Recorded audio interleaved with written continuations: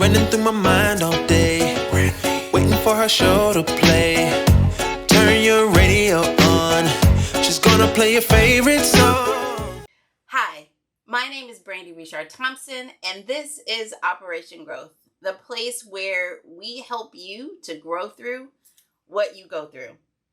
Let's grow together. So last week we talked about turning your generational baggage into a generational blessing, which for so many of us has been the bane of our existence. The focus of our lives is to rid ourselves or disconnect from those generational traumas, generational pieces of baggage that you no longer want. I butchered Erykah Badu's song, and we talked about how those things can become for you a generational blessing. And so today, I almost want to continue with that conversation as we talk more about creating relationships that last. And this is the end of Love Month, and I love, as many of you know, because prior to a big focus from me on Black History Month, which you would think is kind of ridiculous, February was just the month of love, the month that people focus on love, the month that we think of all of the things that are associated with love, the beautiful chocolates and flowers and the happiness surrounding love. And what I started to understand for myself is that it was because I craved that, because I didn't necessarily see it in or for myself. I wanted that so much that it blocked out everything else and was the focus for me. And so as we talk about the end of this month and really creating relationships that last, I want you to think about how you love yourself. And I know you're like, Brandi, look here. I want to talk about this man or this woman that I care about and why it is or is not working. I really am not interested in your philosophical points about how if we love ourselves, then all of a sudden everything will work. And I get you. I totally understand, because when I have in the past really craved that feeling of love with another human, it was hard to think about anything else, to think about the growth that I needed to do, the work that I needed to do on myself. I thought it was all poppycock and unfair for someone to tell me that I couldn't be loved exactly as I was. And it was less about not being able to be loved exactly as I was and more about a larger conversation that I don't know that we have a lot pre-relationship or pre-marriage, which is that if you haven't done your own work on yourself, it's really challenging to deal with someone else's stuff. And one of the things that my father used to tell me all the time was that before you get married, and it came from his mother, before you get married, you have to open your eyes real wide, because afterwards you're going to have to close them a little bit. And I understood, like I heard the words that he said and understood it on some level. But this idea of having to not go after and attack someone for all the things that they're doing that you don't like has a lot to do with not going after and attacking yourself for all of the things that you don't like, and seeing it within and working on yourself so that you know what you are bringing to the relationship. You can identify and see what the other person is bringing to the relationship, and you don't have the same judgment around them because you've already done your own work. So put a pin in that for a second, and we'll be right back after this message. Join the Operation Growth Institute this month and every month for Black History Every Month, the history of Black people in America, 1619 to 2021. Receive the Black history education you did not receive in school. Each year during Black History Month, we try to cram 400 plus years of history in 1-hour programs, highlighting the accomplishments of a few without providing the proper context. So join us for an informative overview that you can use to build your knowledge of the history of Black people in America. And we're back. So what my father said about really looking at someone is a great analogy because it reminds me of really why this conversation about your self-worth is so important for you. And that is, if you are not willing to look at the totality of yourself, all of it about you, then how do you know what it is that you're bringing into relationship with someone else? And what does that say about your relationship with yourself? Because ultimately, the relationship that you seek, what you seek out in the world with someone else, has so much to do with who you are and how you relate to yourself.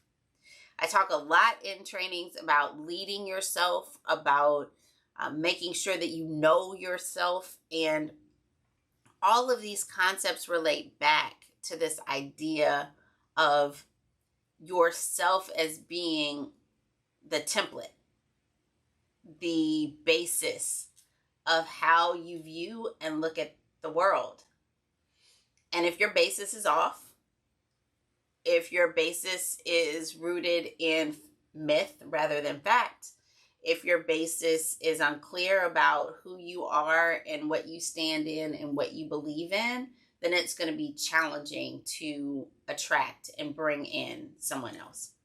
Now, just so you don't think that we're going to have a whole conversation just about you today, I also want you to understand that who you are at your core and what makes up the totality of you is extremely important to how you relate to other people, because your relationships are in fact an extension of you and your relationship with yourself.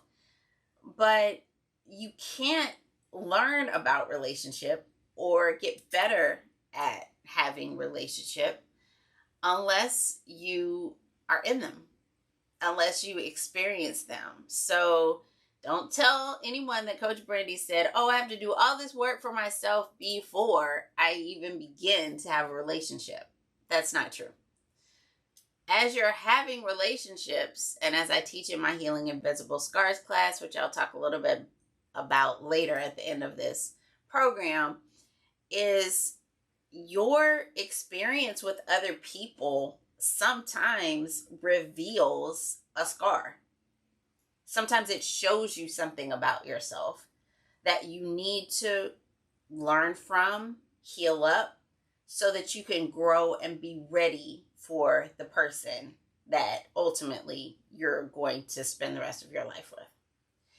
And what was so mind-blowing to me about that is this idea that you meet this great person. You think, oh my God, this is it. This is the one.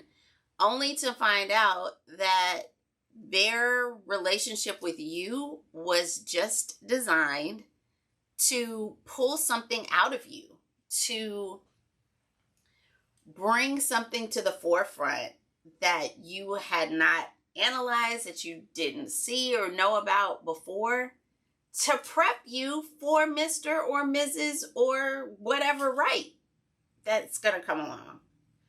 And if you hadn't had that, if you hadn't had that faux pas with old dude or whomever, you wouldn't have been prepared.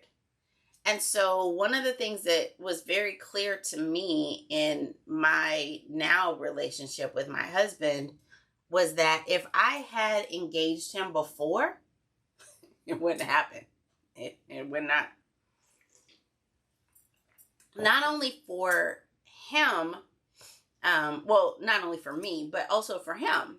There were things that we had to do and release and let go of in order to fully come together in the relationship that we have. And so there's a section of my book that I think is helpful.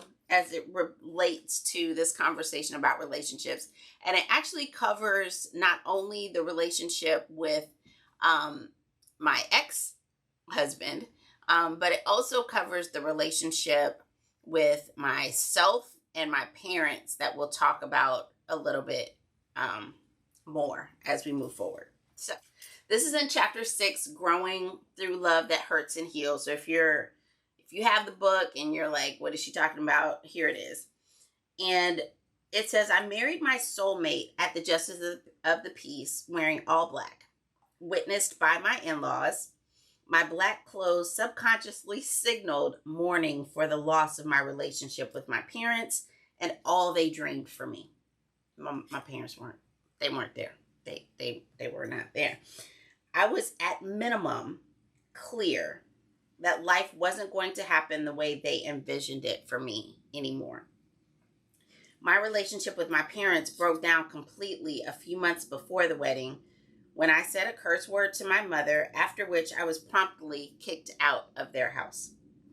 Since I had announced the engagement, she kept asking me why I'd done it, and I had no answers. There was no explanation for cursing in her presence, but there were also no answers I could provide in that moment to her questions. I felt like Can't Get Right. Y'all remember Can't Get Right? Well, I do.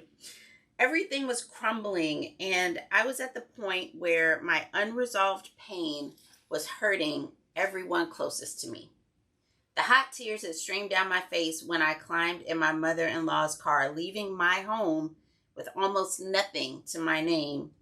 Man, I identified with having things, shopping, doing well. They made it clear I wasn't to take anything but a few clothes. My car with the base cannon had to stay. It wasn't my car, it was their car.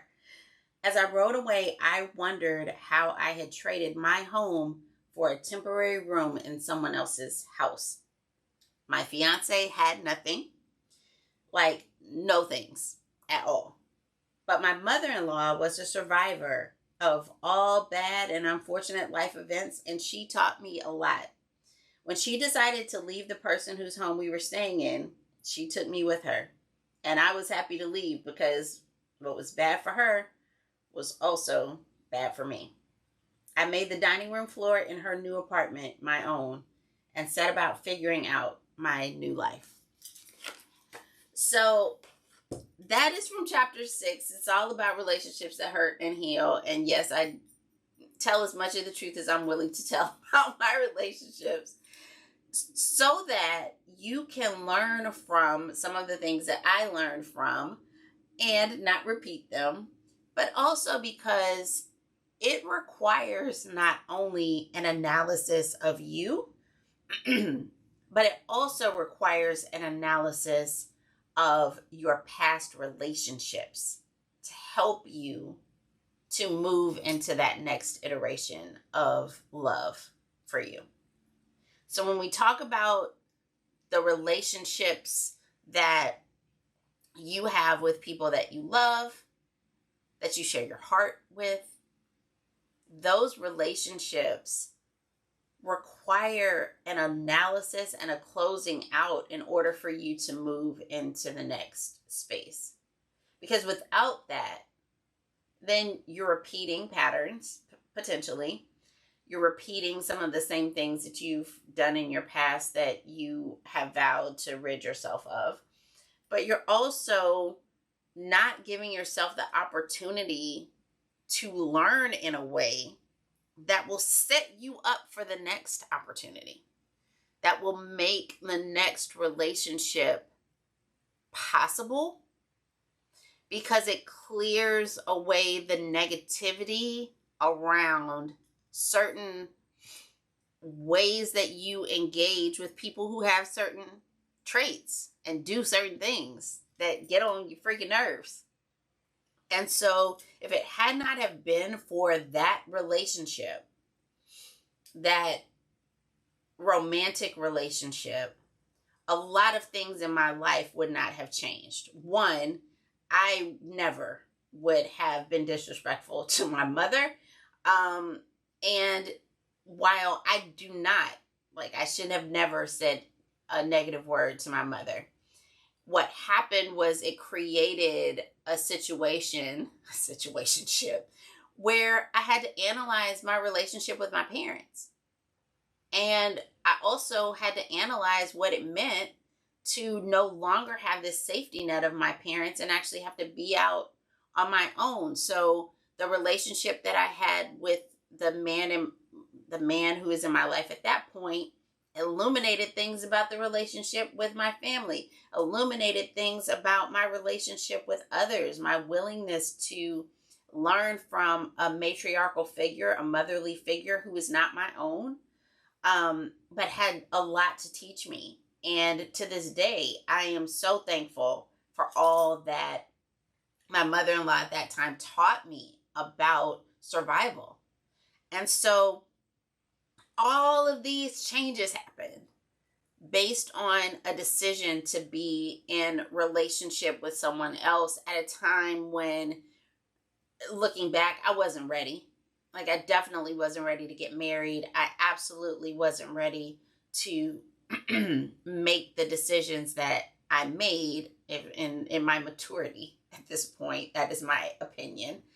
But I wouldn't change it, because what I learned about being able to take care of myself and be on my own and leave some of the creature comforts that I had become accustomed to and be able to be okay.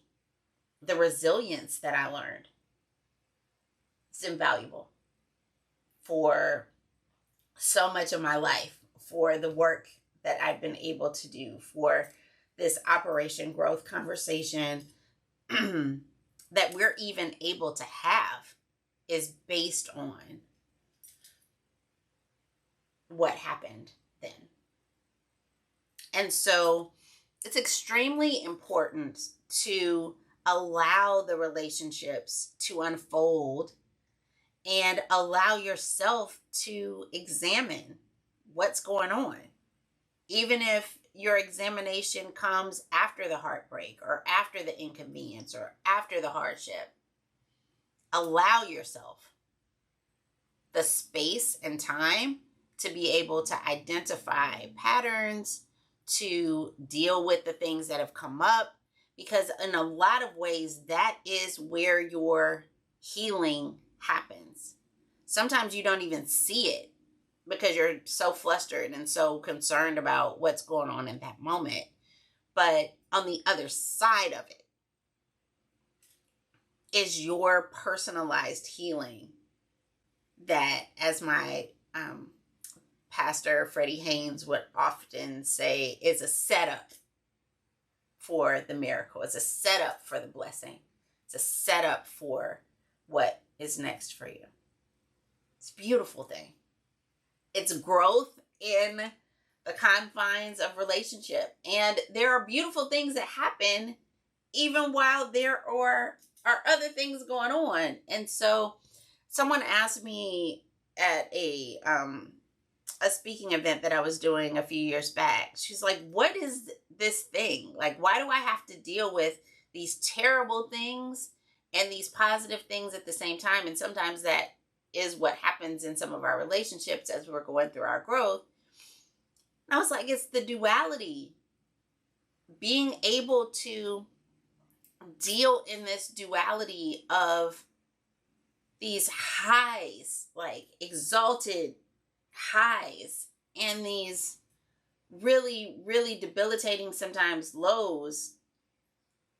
Initially, I thought it was a problem. Like, I just want to be high all the time. I just want to be happy all the time. I don't want to have to deal with these down emotions. But what started to be revealed to me is that it wasn't, the duality was helpful because it gave me a reprieve. It gave me like a sip of air in the midst of something that would have been extremely suffocating to me and my spirit. And so while you want life to just be beautiful all the time, life being beautiful all the time doesn't teach you anything, doesn't take you to where you're supposed to be going in this life that you're creating. And so I've been watching, as you know, I think the world of the Fresh Prince and, well, the Fresh Prince of Will Smith. And so I've been watching Bel-Air recently, and I love it. So watch it. It's amazing acting, amazing writing. It's just phenomenal.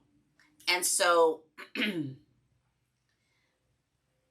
what I heard in the show as Uncle Phil is talking about his daughter, Ashley, and what I hear all the time, like, growth is a catchword. Growth has been a catchword for years now. Like, if we're talking about development, we're talking about growth, which, don't I love it. But when we talk about what we hope for our kids and what we want them to experience and have, we're talking about them having growth in their lives. We're talking about them growing and developing. And we know that within that, as parents or as mature people, as Uncle Phil was talking about Ashley, that includes duality. That includes the light and the dark. That includes the positive, the highs and the lows. And so if you don't have that, then you're not growing.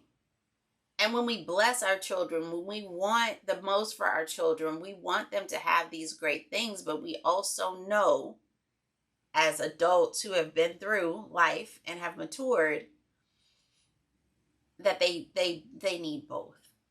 And so there's going to be duality in your relationships. There's going to be duality in how you engage in love relationships. And that's okay. And there are going to be some people you got to throw back. And that's perfectly fine. Throw them back sooner rather than later. Go ahead and make your decision real quick. Do your analysis and move the heck on, because everyone is not for you for forever. As much as I thought my first real love husband was going to be forever, wasn't. And that's okay. Because I've experienced a ton of growth. I've done a lot of work. And so here's a tip for those of you who are single, who are interested in moving into relationship status. Something that I've told people forever. And so it's not some like magical thing, but I guess that's what I think about my advice sometimes. But it is to go to a premarital class. It's pretty simple. Because all the things that I teach you about development for you, do all those things. Get a coach, come to class, develop yourself, do all the things. But if you are interested in partnering with someone else as a life partner for the rest of your life, Lord, let me tell you, you need to go to a premarital counseling class. And the reason why I say a premarital counseling class is because they are prepping you to be married and giving you insight into what marriage is about. I'm sure there are relationship classes and other things that are out there, but that structure is extremely helpful so that you can start to really think about what is required for a relationship that lasts a lifetime. How do you have to talk to each other? How do you need to be able to show up? Who do you need to be in that relationship? Who do they need to be for you in order for you to settle down enough to live an entire lifetime with someone? And so if you are really interested in lifetime love and a relationship that lasts, that's the level of training and support that would be helpful. And I even think that it's a good idea to do that before you have found the person, because I think it helps you to hone. So if you have 5 people that you're looking at, 10, whatever. It helps to hone and pare down who that person should be for you.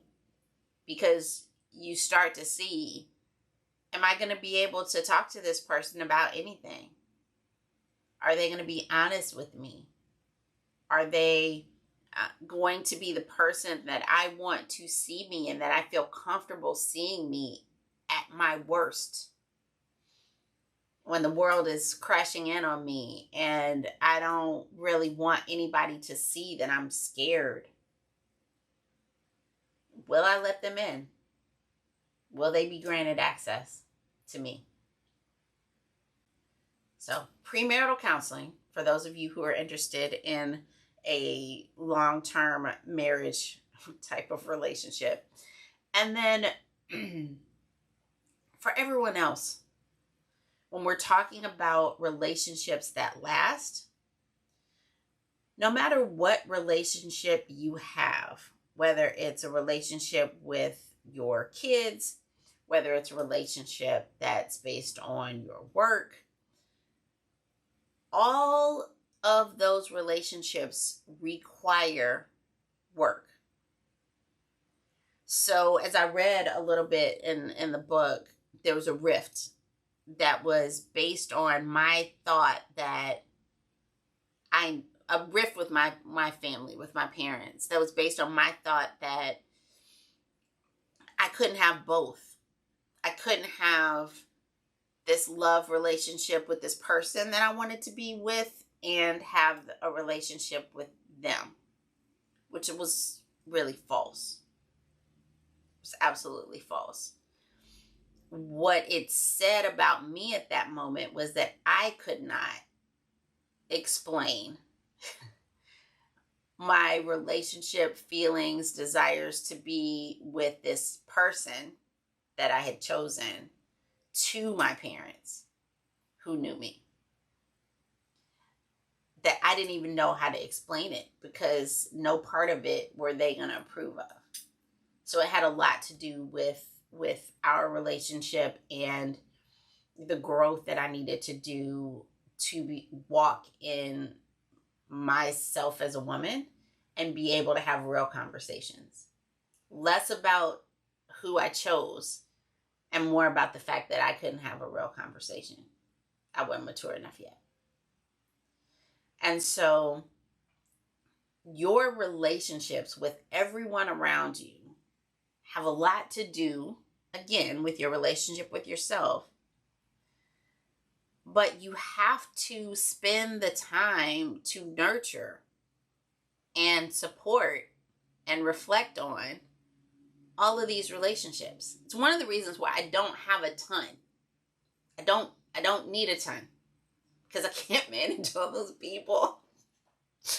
But if you choose to have lots of people in your life, there's work associated with those people. And so the same principles that you're learning around good communication with yourself, supporting yourself, taking care of yourself, you can use in your relationships with others.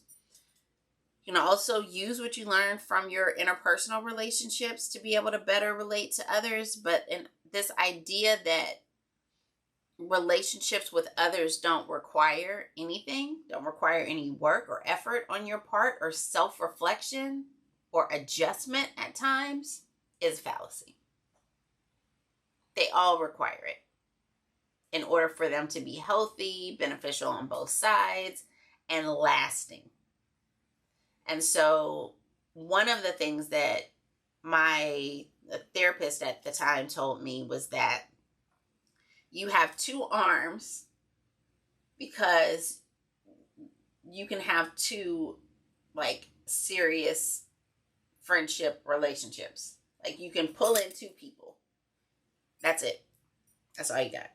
Can't pull in everybody. You can't pull in 5, 6, 10, 12, 11 people. And I took it to heart because I was trying to juggle too many people and it wasn't working for me. You may feel differently, but when I call someone a friend, when I'm building that kind of a lasting relationship, it takes work and effort and time that a lot of our lives at this point don't allow for. So, relationships that last, for people who are interested in having a relationship with someone else, premarital counseling is a good idea.